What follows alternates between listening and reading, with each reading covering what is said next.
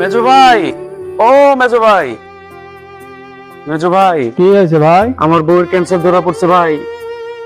আমার 3 লাখ টাকা লাগবে ভাই, তুমি যেভাবে পারো আমার ম্যানেজ করে দাও ভাই। কস কি রে, ক্যান্সার ধরা পড়ছে? আমার কাছে তো কোনো টাকাই নাই, এমনকি বিষ খাওয়া পর্যন্ত কোনো টাকা নাই। তুই তোর বড় ভাইয়ের কাছে যা।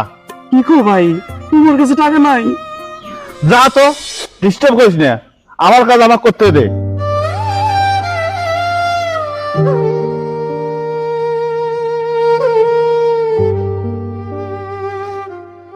ভাই ভাই ভাই গো, তোমার বাড়িতে গেছিলাম, তোমার খুঁজে পাই নাই ভাই।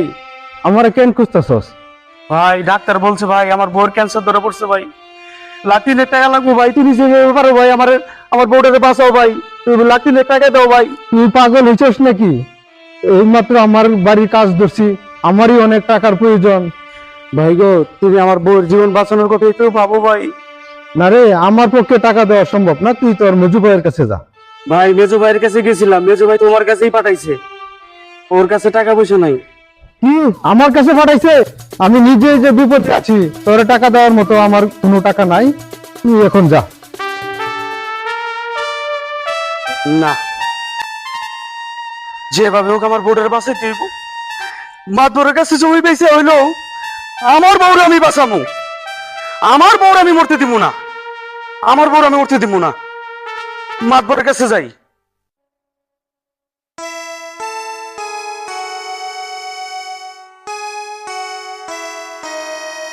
কিরে অদবার সাথে ছোট ভাই মজিদ কি গল্প করে? যাই, কি গল্প করে দেখি একটু।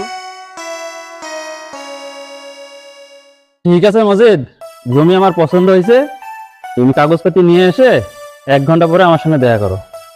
ঠিক আছে মাতবর সাহেব। ঠিক আছে। আসসালামু আলাইকুম। অদবার সাহেব, আমার ছোট ভাই মজিদের সঙ্গে কি গল্প হইলো? কেন তুমি জানো না তোমার ছোট ভাইয়ের বউয়ের ক্যান্সার ধরা পড়ছে, তার টাকার দরকার, সে কারণে তার জমিটা সে আমার কাছে বিক্রি করতেছে। কি ছোট ভাই জমি বিক্রি করতেছে, অথচ আমি জানি না? অদবার সাহেব আপনি যান, আমি দেখতেছি ভাইয়ের বিষয়টা।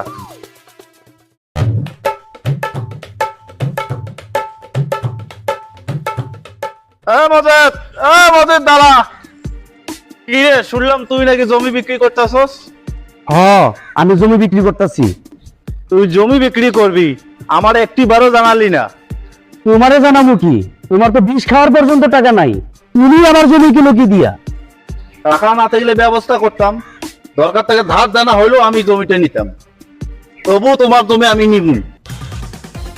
এই জমি আমি নিব, দরকার পরে বাড়ির কাজ বন্ধ রাখবো। বল মসজিদ কয় টাকা লাগবে? এই জমি আমি নিব।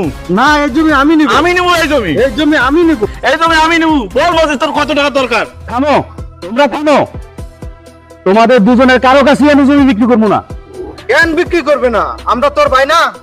তোমাদের কাছে কেন বিক্রি করবো না, তোমরা কারণ বুঝো নাই।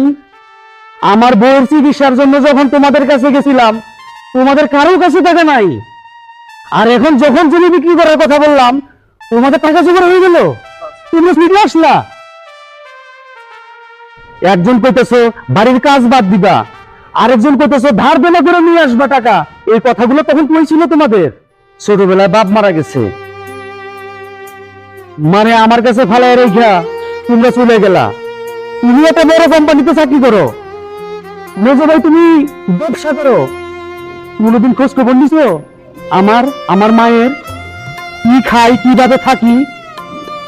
আজকে আমার বউয়ের চিকিৎসার জন্য তোমাদের কাছে টাকার জন্য দিছি, তোমরা টাকা দিলা না, তোমরা আরো হসপিটালে আমার পাঠাই দিলা, আর আজকে আইসো ভাইয়ের বেরত মারাইতে। তোমরা ভাই না ভাই নামে কলঙ্ক। ঠিক বলছস মসজিদ, আমরা তোর বড় ভাই হওয়ার যোগ্যতা রাখিনি। ঠিক বলছেন বড় ভাই, আমাদের তার পাশে দাঁড়ানো উচিত ছিল।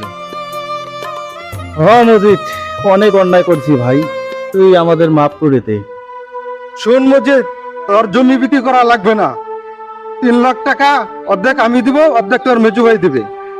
ভাই তুমি আমার ভাই, শোন ভাই, আগে তোর বউর চিকিৎসা করে পরে আমরা বাড়ি চলে যাবো।